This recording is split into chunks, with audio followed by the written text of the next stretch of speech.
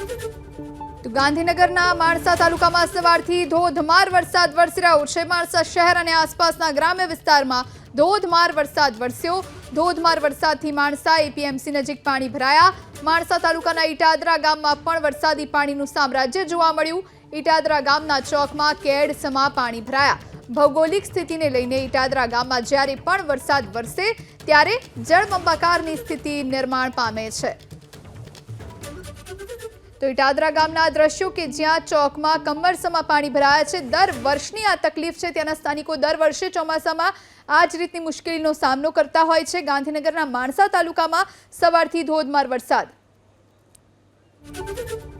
તો ગાંધીનગરના માણસા તાલુકામાં સવારથી ધોધમાર વરસાદ વરસી રહ્યો છે। માણસા શહેર અને આસપાસના ગ્રામ્ય વિસ્તારમાં ધોધમાર વરસાદ વરસ્યો। ધોધમાર વરસાદથી માણસા એપીએમસી નજીક પાણી ભરાયા।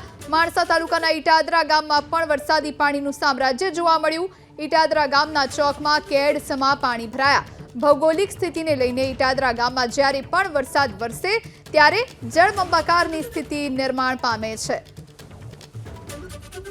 તો ઈટાદરા ગામના દ્રશ્યો કે જ્યાં ચોકમાં કમરસમાં પાણી ભરાયા છે। દર વર્ષની આ તકલીફ છે। ત્યાંના સ્થાનિકો દર વર્ષે ચોમાસામાં આ જ રીતની મુશ્કેલીનો સામનો કરતા હોય છે। ગાંધીનગરના માણસા તાલુકામાં સવારથી ધોધમાર વરસાદ।